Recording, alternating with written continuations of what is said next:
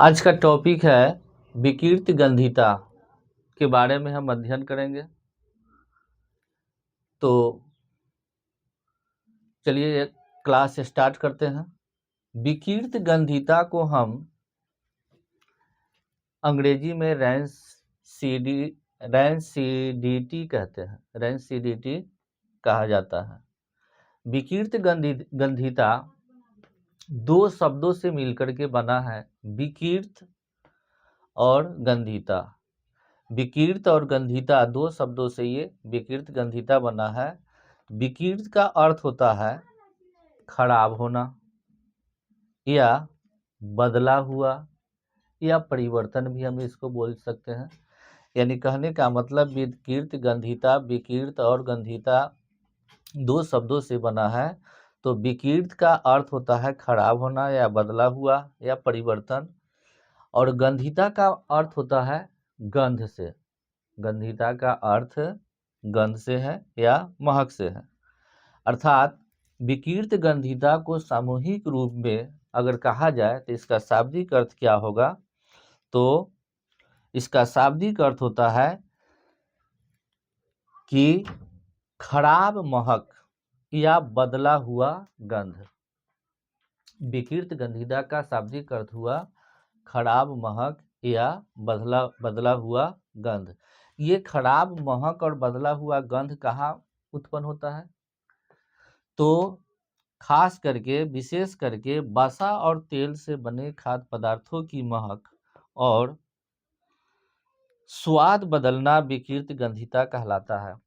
यानी वसा और तेल में बने जो भी खाद्य पदार्थ हैं उसको अगर लंबे समय तक यूं ही अगर स्वतंत्र अवस्था में खुले छोड़ दिया जाता है तो उसमें एक विशेष प्रकार की गंध आ जाती है। गंध नहीं, दुर्गंध कहा जाएगा, और उसका स्वाद भी अरुचिकर हो जाता है, जिसे हम विकृत गंधिता कहते हैं। विकृत गंधिता का मुख्य कारण क्या है?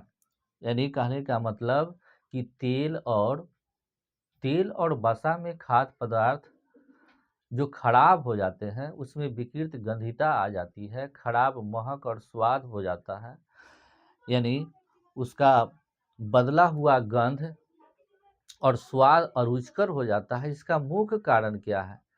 तो इसका मुख्य कारण है कि जो तेल और वसा में जो बना हुआ खाद्य पदार्थ होता है और उसको हम ऐसे ही स्वतंत्र अवस्था में अगर छोड़ देते हैं तो वह वायुमंडल से ऑक्सीजन के साथ अभिक्रिया करके उपचयन की क्रिया कर लेता है, यानी ऑक्सीकरण की क्रिया कर लेता है और ऑक्सीकृत हो जाता है।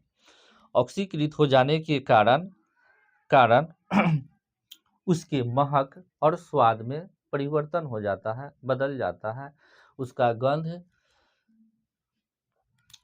और स्वाद दोनों के दोनों अरुचिकर हो जाता है। न गंध सूंघने लायक होता है और न ही उसका स्वाद चखने लायक होता है, यानी अरुचिकर हो जाता है।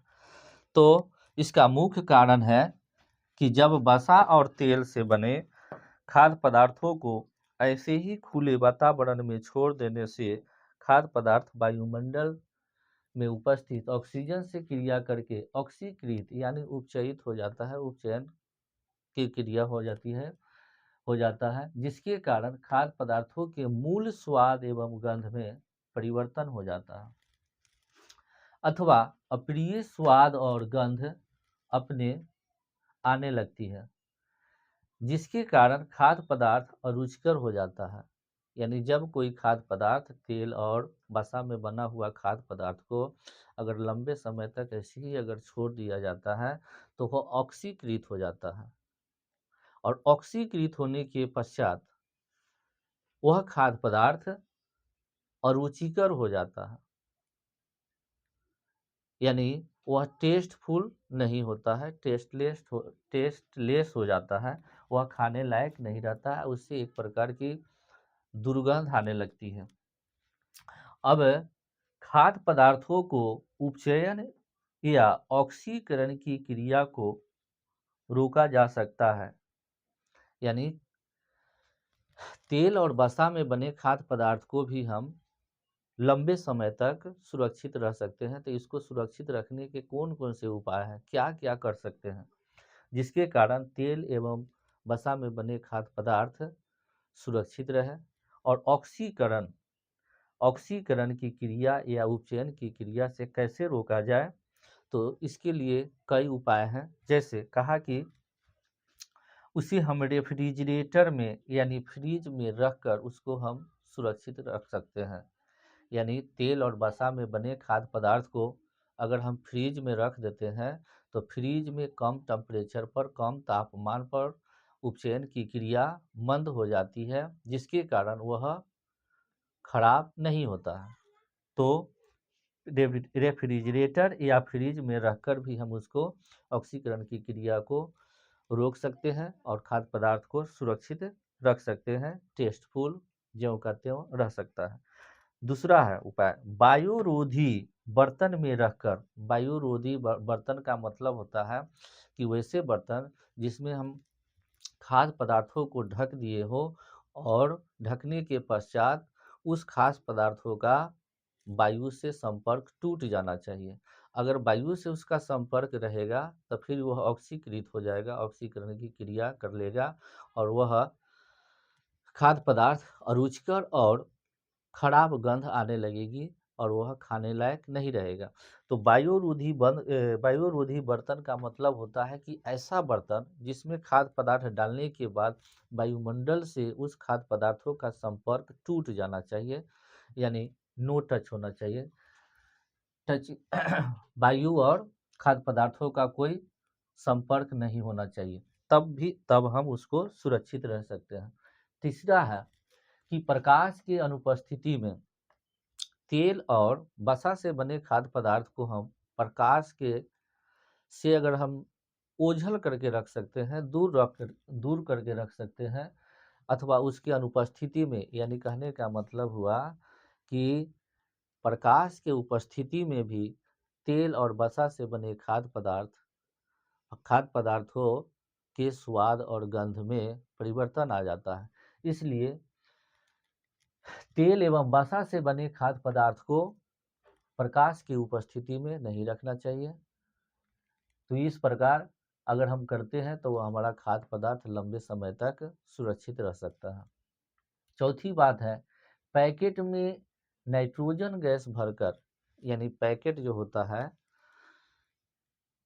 तेल एवं वसा से बने खाद्य पदार्थों को एक पैकेट में हम पैकिंग कर सकते हैं। तो पैकिंग कब किया जाता है? तो पैकिंग करने से पहले उस पैकेट में से ऑक्सीजन को निकाल लेते हैं और उस ऑक्सीजन के जगह पर उसमें हम नाइट्रोजन गैस भर करके उसमें खाद्य पदार्थों को डाल करके पैकिंग कर देते हैं। पैकिंग करने के बाद उसको हम लंबे समय तक सुरक्षित रह सकते हैं। जैसे अभी मार्केट में बहुत सारा चिप्स वगैरह है जो बच्चे खाते हैं, जो बंद पैकेट में पैकिंग रहता है, तो उसके अंदर जो गैस भरा रहता है वह नाइट्रोजन गैस ही है। अगर वह पैकिंग लीकेज हो गया और उसके अंदर अगर ऑक्सीजन चला जाता है तो उसमें माने पैकिंग के अंदर जो खाद्य पदार्थ है वह खराब हो जाता है और उससे फिर खराब गंध यानी दुर्गंध आने लगती है और वह माने खाद्य पदार्थ अरुचिकर हो जाता है। पांचवी बात है कि प्रति उपचायक के रूप में खाद्य पदार्थों में ब्यूटीलेट हाइड्रोक्सी एनिसोल यानी BHA को मिलाकर के भी हम उसको सुरक्षित रह सकते हैं। यानी खाद्य पदार्थों में ब्यूटीलेट हाइड्रोक्सी एनिसोल को अगर हम मिला करके रखते हैं खाद्य पदार्थ को, तब भी वह सुरक्षित रह सकता है। अथवा ब्यूटीलेटेड हाइड्रोक्सीटोलिन यानी BHT को मिलाकर भी खाद्य पदार्थों को उपचयन या ऑक्सीकरण की क्रिया होने से बचाया जा सकता है। यानी BHA और BHT ये दो ऐसे पदार्थ हैं जो वसा एवं तेल में बने खाद्य पदार्थों में मिला देने के बाद भी उससे जो सामग्री बनता है उसको हम लंबे समय तक सुरक्षित रख सकते हैं। तो विकृत गंधिता ये हमारा छोटा सा टॉपिक था। अब इसको आप नोट कीजिए और एक सुंदर सा नोट्स बनाते जाइए और इसको रटते जाइए, पढ़ते जाइए, समझते जाइए। तो हम ज़्यादा बातें नहीं करेंगे। आप जानते हैं कि संजय गांधी ने कहा था कि बातें कम काम ज़्यादा। तो बातों में विश्वास नहीं, काम में विश्वास रखना चाहिए। तो चलिए हम अपने अपने काम में लग जाते हैं, फिर हम इसके आगे अगला टॉपिक हम दहन लेकर के आते हैं। तब तक के लिए धन्यवाद।